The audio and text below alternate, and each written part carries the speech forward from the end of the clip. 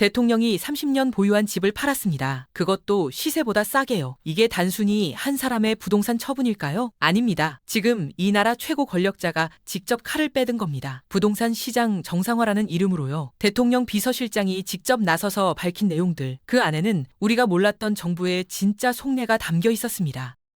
증시 5천 목표는 진짜 가능한 건지, 50조 원짜리 중동 방산 딜 뒤에 숨겨진 이야기는 뭔지, 그리고 왜 지금 이 타이밍에 모든 걸 쏟아내는 건지, 이 대담 속에서 우리는 앞으로 펼쳐질 대한민국 경제 지도를 미리 볼 수 있었습니다. 대통령이 분당에 보유하고 있던 아파트를 내놓은 건 사실 갑작스러운 결정이 아니었습니다. 비서실장의 말을 빌리자면 이건 이미 오래전부터 정부 내부에서 조용히 준비해온 카드였던 거죠. 30년 가까이 묵혀뒀던 집을 왜 지금 파느냐? 그것도 작년 실거래가보다 낮은 가격에 급매로 내놓느냐? 여기엔 명확한 메시지가 담겨 있었습니다. 부동산 시장 정상화. 이게 현 정부가 가장 먼저 풀어야 할 숙제라는 거죠. 말로만 하는 게 아니라 최고 권력자가 직접 보여주겠다는 겁니다. 그런데 재밌는 건 매각 시점이 좀 늦어진 이유입니다. 지금 그 집에 세입자가 살고 있거든요. 정부 입장에선 당장이라도 팔 수 있었지만 그 세입자에게 이사 준비할 시간을 충분히 주고 양해를 구하는 과정이 필요했다는 겁니다. 어쩌면 이런 디테일이 더 중요할 수 있습니다. 정책을 밀어붙이되 사람은 챙긴다는 거니까요. 그리고 여기서 끝이 아닙니다. 집 팔아서 나온 돈으로 뭘 할 것 같습니까? ETF 같은 증시 상품에 재투자할 가능성이 높다고 하더군요. 부동산에서 빠진 돈이 주식시장으로 흘러 들어가는 거죠. 이게 바로 정부가 그리는 큰 그림입니다. 부동산은 안정시키고 증시는 살리고 한 방에 두 마리 토끼를 잡겠다는 전략인 겁니다. 그렇다면 정부가 진짜 노리는 건 뭘까요? 부동산 시장 정상화라는 게 구체적으로 뭘 의미하는지 알아야 합니다. 비서실장은 이렇게 말했습니다. 청년들이 희망을 가질 수 있는 주거 환경을 만들겠다고요. 요즘 20대 후반, 30대 초반 직장인들 만나보면 다들 비슷한 얘기를 합니다. 집값이 이렇게 뛰는데 내가 평생 모아봤자 전세금도 안 되는 것 같아요. 이게 지금 청년 세대가 느끼는 현실이거든요. 정부는 바로 이 지점을 건드리겠다는 겁니다. 신규 주택 공급을 대폭 늘리고 청년 맞춤형 금융 지원을 쏟아붓고 세제도 합리적으로 뜯어고치겠다는 거죠. 부동산이 투기 수단이 아니라 진짜 살기 위한 공간으로 돌아가야 한다. 이게 정부가 계속 강조하는 철학입니다. 그런데 여기서 흥미로운 대목이 나옵니다. 청년층을 위한 파격적인 추가 대책이 이미 준비되어 있다는 거예요. 근데 왜 안 내놓냐? 부동산 시장이 워낙 예민하게 반응하거든요. 작은 발표 하나에도 시장이 요동칩니다. 집값이 갑자기 튀거나 거래가 얼어붙거나. 그래서 정부 입장에선 엄청나게 조심스러울 수밖에 없는 겁니다. 카드는 쥐고 있는데 언제 꺼낼지 타이밍을 재고 있는 거죠. 이게 바로 지금 정부가 처한 딜레마입니다. 빨리 해결해야 하는데 너무 급하게 움직이면 부작용이 터질 수 있으니까요. 부동산 이야기는 여기까지고 이제 증시 얘기를 해볼까요? 정부가 내건 또 하나의 큰 목표, 바로 코리아 프리미엄 시대를 열겠다는 겁니다. 지금까지 한국 증시는 뭐였습니까? 코리아 디스카운트, 좋은 기업들이 많은데도 불구하고 항상 저평가 받아왔죠. 같은 실적 내도 미국이나 유럽 기업보다 주가가 낮게 형성되는 게 당연했던 시장이었습니다. 그런데 최근 분위기가 확 바뀌었습니다. 기업들의 실적이 좋아지고 국민들이 주식시장을 믿기 시작했고 정부가 적극적으로 밀어주니까 시너지가 난 거예요. 퇴근하고 집에서 주식 앱 들여다보는 40대 직장인들 요즘 표정이 많이 밝아졌거든요. 예전엔 물린 종목 보면서 한숨만 쉬었는데 이제는 수익률 보면서 미소 짓는 사람들이 늘어났습니다. 하지만 정부는 여기서 멈추지 않겠다고 합니다. 주식시장을 국가 경제 성장의 핵심 엔진으로 만들겠다는 거죠. 그런데 시장을 키우려면 먼저 해야 할 게 있습니다. 바로 청소입니다. 주가 조작하는 세력들, 불공정 거래로 떼돈 버는 사람들 말이에요. 이 사람들 때문에 일반 투자자들이 얼마나 피해를 봤습니까? 열심히 공부해서 좋은 주식 샀는데 작전 세력들이 주가 흔들어서 손실 보고 털려나가는 개인들이 한둘이 아니었습니다. 정부가 이번에 꺼내든 칼이 상당히 날카롭습니다. 주가 조작으로 100억 벌었다? 과징금 200억 내라는 겁니다. 부당 이익의 2배 이상을 물리겠다는 거죠. 그리고 더 재밌는 건 신고 포상금 제도입니다. 지금까지는 상한선이 30억 원이었거든요. 아무리 큰 사건을 제보해도 30억까지만 줬던 겁니다. 근데 그 상한을 아예 없앴습니다.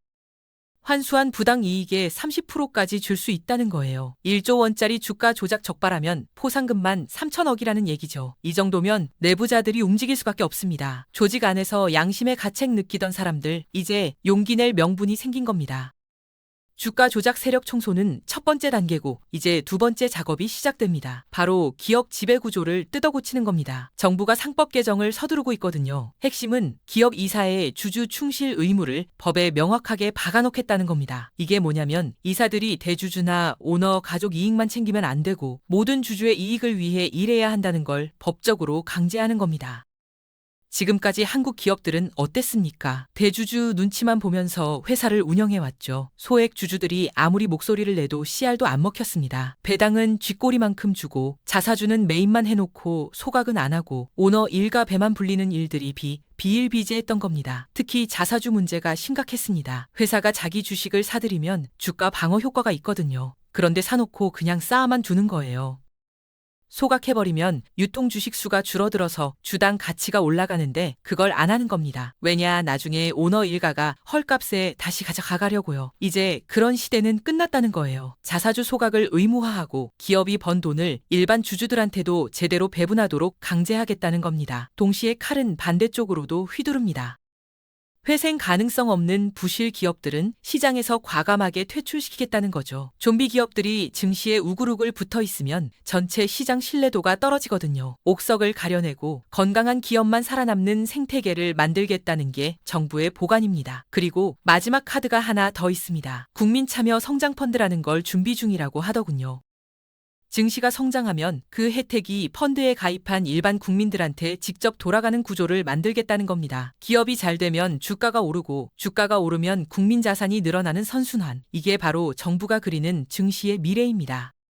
그렇다면 여기서 가장 중요한 질문이 남았습니다. 주가지수 5,000 정말 가능한 겁니까? 대선 때부터 계속 나왔던 이야기잖아요. 처음엔 다들 코웃음 쳤습니다. 또 정치인들 공약이지 뭐 이런 반응이었죠. 그런데 비서실장 말을 들어보니까 이게 그냥 던진 숫자가 아니었습니다. 정부 내부에서 이미 치밀하게 계산하고 있었던 거예요.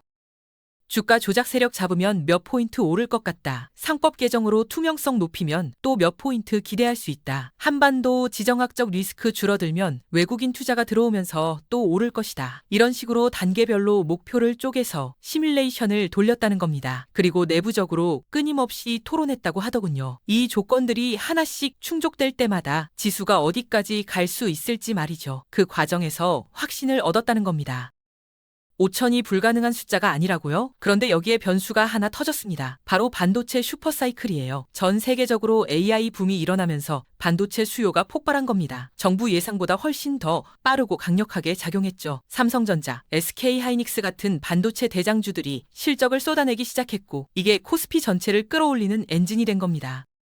거기에 기업들 스스로도 변화하기 시작했습니다. 정부가 압박하니까 어쩔 수 없이 하는 게 아니라 자발적으로 주주가치 높이기에 동참하는 거예요. 배당 늘리고 자사주 소각하고 이익을 주주들과 나누겠다고 서원하는 기업들이 줄줄이 나왔습니다. 이 모든 게 맞물리면서 증시 상승 랠리가 정부 기대보다 훨씬 더 가파르게 진행되고 있는 겁니다. 5,000이 꿈이 아니라 현실이 될 수도 있겠다는 생각이 드는 이유죠. 증시 이야기는 여기까지고 이제 정말 뜨거운 소식 하나 들어갑니다. 중동에서 터진 50조 원짜리 대박딜 얘기입니다. 정확하게는 350러 하나로 약 50조 원 규모의 방산 수출 계약이에요. 이게 얼마나 큰 금액이냐면 우리나라 1년 국방 예산이 60조 원 정도거든요. 거의 그에 맞먹는 돈을 한 번에 벌어온 겁니다. 비서실장이 직접 대통령 특사 자격으로 UAE를 방문해서 최종 서명까지 마쳤다고 하더군요.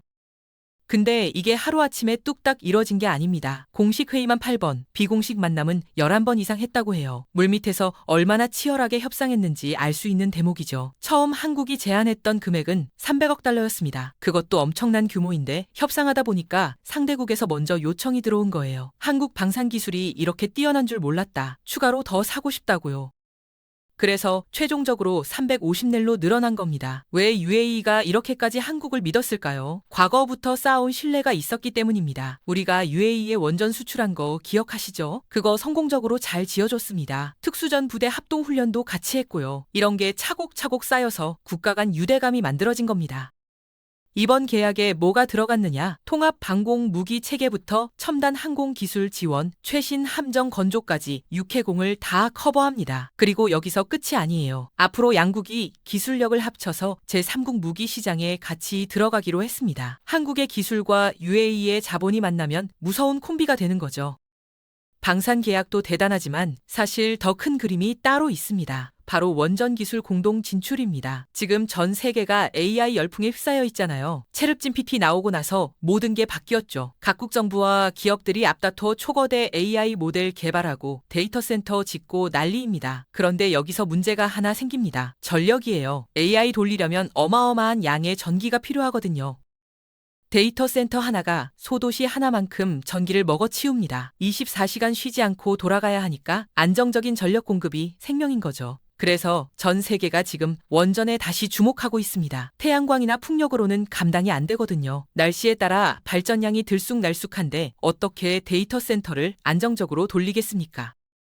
결국 답은 원전입니다. 그리고 원전 기술에서 한국은 세계 최고 수준이에요. 우리가 UAE에 지어준 바라카 원전, 그거 세계에서 가장 안전하고 효율적인 원전으로 평가받고 있습니다. 근데 원전 짓는데 문제가 있어요. 돈이 어마어마하게 들어갑니다. 개발도상국 입장에서는 감당이 안 되는 거죠. 그래서 요즘 유행하는 방식이 뭐냐? 사업자가 먼저 돈을 대서 원전을 지어주고 나중에 전기 팔아서 번 돈으로 투자금을 회수하는 겁니다. 여기서 한국과 UAE의 협력이 빛을 발합니다. 한국은 기술이 있고 UAE는 오일머니로 쌓아올린 막대한 자본이 있죠. 둘이 손잡으면 전 세계 원전 시장을 싹쓸이할 수 있다는 겁니다. 이미 구체적인 논의가 활발하게 진행되고 있고요. 이게 성사되면 50조 원짜리 방산 딜은 시작일 뿐입니다. 실은 방산과 원전만 가지고 끝난 게 아닙니다. 더 큰 판이 벌어지고 있어요. 약 40조 원 규모의 첨단 기술 협력 프로젝트가 동시다발적으로 진행 중이거든요. AI 데이터 센터, 우주 산업까지 미래 먹거리 전 분야를 다 긁고 있는 겁니다. 양국이 이를 어떻게 추진하고 있는지 보면 진짜 제대로 하고 있다는 게 느껴집니다. 워킹 그룹을 6개나 만들었어요. 분야별로 쪼개서 최정예 실무진들을 배치했습니다. 그냥 형식적인 회의체가 아니에요. 2주마다 한 번씩 릴레이로 점검 회의를 돌립니다. 진행 상황 투명하게 공유하고 문제 있으면 즉시 해결하고 속도 늦춰지면 채찍질하는 거죠. 이 정도면 정말 결과 내겠다는 의지가 확실한 겁니다. 그런데 여기서 정말 놀라운 제안이 하나 들어왔습니다. UAE의 핵심 AI 투자 기관이 먼저 손을 내밀었어요. 자기네가 보유한 최신형 고성능 GPU 하나만 장을 한국 데이터 센터에 직접 투자하고 배치하고 싶다는 겁니다. 이게 얼마나 대단한 건지 아십니까? GPU 하나만 장이면 규모로만 따져도 수천억 원대 자산이에요. 근데 그보다 더 중요한 건 의미입니다. UAE가 한국의 AI 인프라를 그만큼 신뢰한다는 거거든요. 자기네 핵심 자산을 한국 땅에 가져다 놓겠다는 건 한국을 글로벌 AI 허브로 인정한다는 뜻이나 마찬가지입니다. 이 모든 협력 내용들이 올해 상반기 안에 마스터 플랜으로 완성됩니다. 그리고 조만간 열릴 양국 정상회담에서 공식 발표될 예정이에요. 전 세계가 깜짝 놀랄 만한 성과들이 쏟아져 나올 겁니다. 50조짜리 방산 딜은 사실 시작에 불과했던 거죠. 국제 무대에서 화려한 성과를 쌓는 동안 국내에서는 골치 아픈 문제가 하나 터져 있었습니다. 바로 지방행정통합, 이른바 메가시티 프로젝트2예요. 겉으로 보면 단순해 보이죠. 인접한 도시들끼리 합쳐서 규모를 키우고 경쟁력을 높이자는 거니까요. 근데 막상 뚜껑을 열어보니 이게 생각보다 훨씬 복잡한 문제였습니다. 중앙정부는 확실한 의지를 보이고 있어요. 비서실장 말로는 중앙이 쥐고 있던 막강한 권한과 천문학적인 예산을 과감하게 지방으로 넘기겠다는 겁니다. 진짜 지방 분권하겠다는 거죠. 행정 통합하려는 지역들 전폭 지원하겠다고 약속했습니다. 그런데 아이러니한 상황이 벌어졌어요. 행정 통합을 가장 먼저 외쳤던 지역이 있거든요. 그 지역이 막상 실무 논의 막판에 가서 발을 빼기 시작한 겁니다. 주도권 싸움 때문이에요. 누가 중심이 될 거냐, 시청은 어디에 둘 거냐, 이런 문제로 서로 눈치만 보는 거죠. 비서실장이 이 부분에서 상당히 아쉬워하더군요. 정작 필요성을 외쳤던 사람들이 정작 실행 단계에서 소극적으로 돌아서니 답답한 겁니다. 근데 이게 왜 이렇게 중요한 문제냐면 지방 소멸 위기 때문입니다. 지금 대한민국이 어떻게 돌아가고 있습니까? 모든 게 수도권으로만 빨려 들어가고 있죠. 좋은 일자리, 교육 인프라, 문화시설, 심지어 사람까지 전부 서울로만 몰립니다. 지방은 텅텅 비어가고요. 비서실장 표현으로는 블랙홀이라고 했습니다. 이대로 가다간 대한민국 전체가 위험하다는 거예요. 인터뷰 말미에 재밌는 질문이 하나 나왔습니다. 다가오는 지방선거에 비서실장 본인이 출마할 생각 있느냐는 거였죠. 답은 명확했습니다. 지금은 현 정부 안착시키는 것만 생각한다. 국정 운영 보필에만 집중하겠다. 출마설에 대해서는 확실하게 선을 그은 겁니다. 이제 시선을 다시 밖으로 돌려볼까요? 국제 정세 얘기입니다. 특히 한반도 문제 말이에요. 북한과의 대화는 언제쯤 재개될 수 있을까요? 미국의 새 행정부가 들어서면서 판이 어떻게 바뀔까요? 이런 질문들에 대해 비서실장이 정부의 입장을 정리해줬습니다. 먼저 짚고 넘어가야 할 게 있어요. 과거 대한민국 외교가 어땠는지 말이죠. 정권이 바뀔 때마다, 국제 정세가 흔들릴 때마다 대북 정책이 왔다 갔다 했습니다. 진보 정부 들어서면 포용책 쓰다가 보수 정부 들어서면 강경책으로 돌아서고, 이렇게 냉온탕 오가는 바람에 일관성이 없었던 거죠. 현 정부는 다르게 가겠다는 겁니다. 긴 호흡으로 흔들림 없는 철학을 가지고 대응하겠다는 거예요. 북한이 갑자기 도발한다고 해서 정책을 180도 바꾸지 않겠다는 겁니다. 반대로 유화적인 제스처를 보낸다고 해서 성급하게 달려들지도 않겠다는 거죠. 기본 원칙은 명확합니다. 한미 동맹을 굳건하게 유지하면서 한반도 평화를 지키고 의미 있는 남북 대화를 만들어내겠다는 겁니다. 조만간 미국과 중국 정상회담이 열릴 예정이거든요. 이걸 계기로 북미 대화의 물꼬가 트이기를 기대하고 있습니다.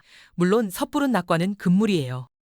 모든 가능성을 열어두고 상황을 주시하겠다는 게 정부 입장입니다. 만약 새로 들어선 미국 대통령이 한반도 평화를 주도하는 피스메이커 역할을 자임한다면 한국은 그걸 밀착 지원하는 페이스메이커가 되겠다는 겁니다. 주변국들과 정교하게 조율하고 실무적으로 뒷받침하는 중추 역할 말이죠. 그 준비는 이미 다 되어 있다고 자신 있게 말하더군요. 비서실장이 털어놓은 이야기가 인상적이었습니다. 대통령의 하루 일과 얘기였어요. 새벽부터 밤늦게까지 쉬지 않고 국정 현안을 챙긴다는 겁니다. 가장 가까이서 보좌하는 사람으로서 느끼는 솔직한 심정이었죠. 취임 초기보다 지금이 훨씬 더 날카로워졌다고 평가하더군요. 각 부처 장관들, 전문가들과 치열하게 토론할 수 있을 정도로 국정 역량이 업그레이드 됐다는 겁니다.